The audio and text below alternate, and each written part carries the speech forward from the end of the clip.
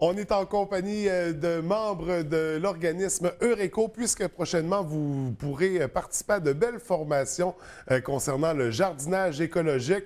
Alors, on va vous faire un rappel des services également. Ce matin, on est en compagnie de Simon Gagné et Julie Bolduc. Bienvenue à tous les deux. Ça va bien? Oui, ça va bien. Merci. Écoutez, on va commencer. On va faire un rappel là, de la mission de l'organisme Eureco. On sait que c'est établi depuis... Ça fait combien de temps exactement? 36 ans. 36 ans qu'Eureco existe dans la région. C'est quoi la mission de l'organisme? La mission de l'organisme, c'est la protection et la mise en valeur de l'environnement. Et là, vous le faites de plusieurs façons. Là, on parle d'intervention, d'information, de formation, de nombreux services. Quand on visite la page Internet, on voit que ça s'applique de diverses façons. Si on y allait, on va faire une petite présentation des services. Si vous me le permettez, vous offrez... en fait, on parle d'agriculture urbaine. De quoi il s'agit exactement quand on parle d'agriculture urbaine? En fait, c'est de mettre en valeur en fond, chaque petit coin de sol qu'on a dans notre municipalité ou dans notre ville, mais de façon performante, c'est-à-dire que ça va attirer la faune, la flore, mais aussi ajouter du comestible pour que ça soit utilisé dans nos assiettes. OK. Si, comparé avec un jardin communautaire, là, ça va être quoi les nuances exactement? Ça en fait partie. OK, ça fait partie des... OK. Oui, l'agriculture urbaine, c'est faire de la culture à petite échelle, dans OK. notre cour, dans le petit terrain vague de notre... C'est ça, dans un parc municipal. C'est ça. Fait qu'on a développé différents projets par rapport à ça. Il y a des municipalités qui, maintenant, ont des aménagements de plates-bandes comestibles. Ça veut dire que les plates-bandes qu'on voit partout dans la ville, bien, on peut les manger. Au lieu de mettre des fleurs, on met des carottes puis des... Non, mais c'est intéressant, c'est le fun. Puis c'est beau aussi. C'est beau et bon. Ben oui, absolument. On jouait l'utile à l'agréable. Donc, ça, c'est un premier aspect. Puis vous, c'est ça, vous allez littéralement mettre en place des jardins comme ça. Vous avez une équipe qui se déplace, puis... Même plus, on est en train de développer des projets de municipalités nourricières. OK. Déjà, des municipalités, dont deux au Saguenay, bien, il y en a même une, on en a 3 au Saguenay-Lac-Saint-Jean qui ont déjà fait des démarches, c'est-à-dire on verdit leur municipalité avec du comestible ou non, des arbres, un peu de toutes les espèces de végétaux. Mais aussi, tu sais, on va faire ça dans un concept plus intégral au niveau de la municipalité. Puis là, on a des nouveaux projets là, qui s'en viennent. Là. Vous allez avoir des nouvelles là, par rapport aux municipalités nourricières dans lesquelles on va monter une certification aussi là, au niveau des municipalités. Puis ça va se transformer. Un petit projet d'ici de la région qui s'en va au provincial. Ça, on aime ça. Quand on rayonne. Oui, quand notre talent, on peut l'envoyer ailleurs. Donc, l'agriculture urbaine, un premier pas vers l'autonomie alimentaire. Voilà. Exactement. Il faut peut-être dire un des enjeux, justement, qu'on vient pallier peut-être avec ce service-là, c'est que les fruits et légumes, les aliments parcourent en moyenne 5000 km pour venir au Saguenay-Saint-Jean. Ouais, c'est énorme. Donc, on a une grande dépendance au pétrole, là, juste pour la distribution.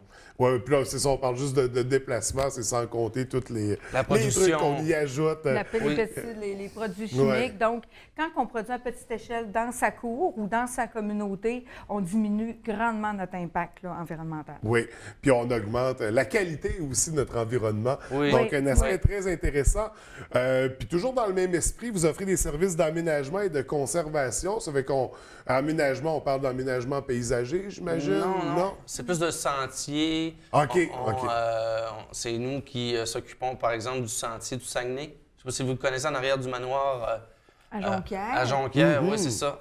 Donc, c'est nous qui s'occupons de l'entretien de ce sentier-là. OK. On peut aussi, vous avez dit conservation, mise en valeur. Il y a un marais à la Terrière qui était plein de déchets puis était très envahi par des actions humaines. Donc, on a travaillé avec l'école qui était juste à côté pour le nettoyer et le mettre en valeur. Donc, on réalise des aménagements. On va réaliser un petit gazebo pour accueillir des gens pour qu'ils puissent observer oiseaux et autres. Donc, des actions qui sont concrètes. Oui. Nous, on est vraiment terrain.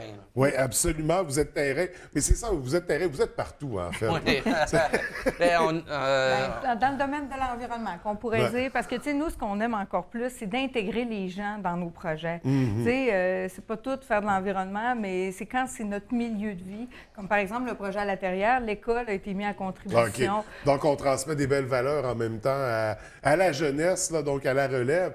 c'est ça, vous êtes très présent, donc ça fait un volet formation. Et parlant de formation, vous avez une patrouille. On vous voit dans les événements souvent, mais dans beaucoup d'événements avec votre équipe là, qui nous informe sur les matières recyclables ou non, par exemple. D'ailleurs, on apprend plein de choses, comme celui avec le 6, là, c'est à la poubelle, ça, c'est ça? Ouais, Ouais, c'est ça. J'ai bien appris cet été. Donc, la patrouille Eureco, c'est ça, une équipe qui se déploie dans les événements, c'est principalement ça? Oui. En fait, des kiosques dans les événements. Ouais. Ils vont aussi visiter les enfants dans les camps de jour avec des activités adaptées.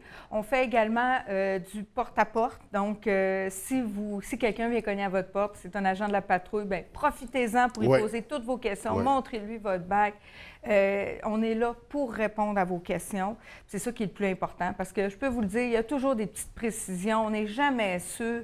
C'est là que la patrouille vient vous éclairer justement. Là, pour... Absolument, mais c'est comme je mentionnais, moi, le numéro sur les contenants en plastique, je ne connaissais pas ça.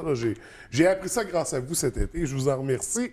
Vous organisez des événements éco-responsables. On parle de quel type d'événements? C'est les plus gros événements à Saguenay, en fait, le Festival des Rites du Monde. Oui. On travaille Ok, avec l'organisation. Oui, c'est Oui, ça. C'est ça, on on les- met de l'éco-responsabilité dans les événements. Exactement. Oui. Je comprends. Exactement. C'est beaucoup orienté gestion des matières résiduelles, mais on pourrait calculer les émissions de gaz à effet de serre des déplacements des gens pour pouvoir les compenser par la plantation d'arbres, par exemple. Donc, Oui. Puis on fait le même principe également avec les entreprises. Donc, on va aider les événements à être plus éco-responsables, mais on va aussi soutenir les entreprises, les organisations, justement, à être plus verts. éco-responsables, Au niveau de leur plus, gestion des matières ouais. résiduelles, on est vraiment les conseillers aussi là, sur vraiment les choses à faire. Vous êtes un peu les anges gardiens là, c'est ça, de l'écosystème et compagnie. Ouais. Urbanisme participatif, de quoi Oui. s'agit-il? C'est un secteur qu'on a développé pour aider la ville. C'est beaucoup à date avec Ville-Saguenay, mais ça peut être avec toute ville et village au Saguenay-Lac-Saint-Jean. On aide les villes à aller cueillir des informations et à faire le lien avec les citoyens quand ils ont des projets d'aménagement d'un parc, par exemple. Donc, ils savent qu'il y a un parc qui est désuet, ils veulent mettre des sous, mais là, on fait le pont entre le citoyen pour aller chercher des informations. Par OK. exemple, comment les gens utilisent leur parc. Puis là, la ville avait peut-être en tête d'aplanir une côte, une butte, mais les gens, ils disent non, on n'a pas besoin d'aplanir cette butte-là parce qu'on s'en sert l'hiver pour se glisser. Donc, on va vraiment consulter le citoyen pour réaliser un aménagement de Qui leur ressemble quartier. à la communauté. Exactement. Oui, Qui c'est a ça. un besoin, qui répond à un besoin ou qui ne vient pas nuire à un besoin. Absolument. Donc, un autre aspect très intéressant. On parle aussi, bien sûr, de gestion de matières résiduelles. Bon, ça, c'est un service qu'on connaît très bien. Gestion de matières résiduelles, vous le faites aussi avec la patrouille quand vous nous informez, finalement, Oui. des produits recyclables ou non. Et là, il faut parler, parce que on me fait signe qu'on a presque plus de temps. Formation en jardinage écologique qui s'en vient. C'est quoi exactement? Oui, c'est 4 formations qui s'en viennent, dont 2 qui traitent sur le comment faire son potager. Ouais. On a une formation pour débutants et une autre pour les plus avancés. On a également une autre thématique qui est super intéressante, qui est l'aménagement de plates-bandes comestibles. Donc, c'est là où est-ce qu'on va vous expliquer toutes les fleurs, les espèces qui ont une valeur comestible ou encore médicinale. Hein. C'est toujours en lien. OK, des plantes avec lesquelles on est moins familier au niveau de la consommation. Là. Oui, pour mettre dans ses plates-bandes à la maison. Oui, oui. Ou encore pour Et dans notre salade par la suite. Oui, Oui, c'est pour ça. mettre la couleur, C'est c'est ça. Oui, oui, c'est ça. Exactement. Et puis la dernière formation, qui est notre nouveauté en lien justement avec les municipalités nourricières, c'est-à-dire comment, à partir du concept de permaculture, comment créer sa propre forêt nourricière. Oh, très intéressant. Donc, des belles formations qui vont Oui. être offertes prochainement. Ça, c'est offert à vos locaux? Non, c'est pas dans nos locaux, c'est dans différentes salles. Il y en a une, il y en a à Chicoutimi, Jonquière, Alma, puis est-ce qu'il y a la baie? Oui, non, c'est Alma. Ben, il y en a au lac, puis il y en a au Il y en Saguenay. a un peu partout. C'est ça. Allez chercher les informations sur notre site pour connaître les lieux, Les le dates. coût, puis Ouais. les dates. Voilà. Donc, www.eureco.ca. Exactement. OK. Vous êtes également Notre sur Facebook, Facebook. oui. Oui, on retrouve beaucoup d'informations. Il y a des capsules, d'ailleurs, que vous partagez, très intéressantes. J'invite les gens à aller les consulter, à vous suivre de très près.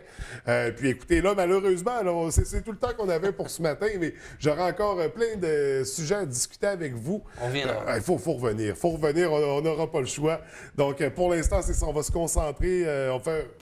Sur le site Internet, d'ailleurs, les services sont tous là, avec beaucoup de détails.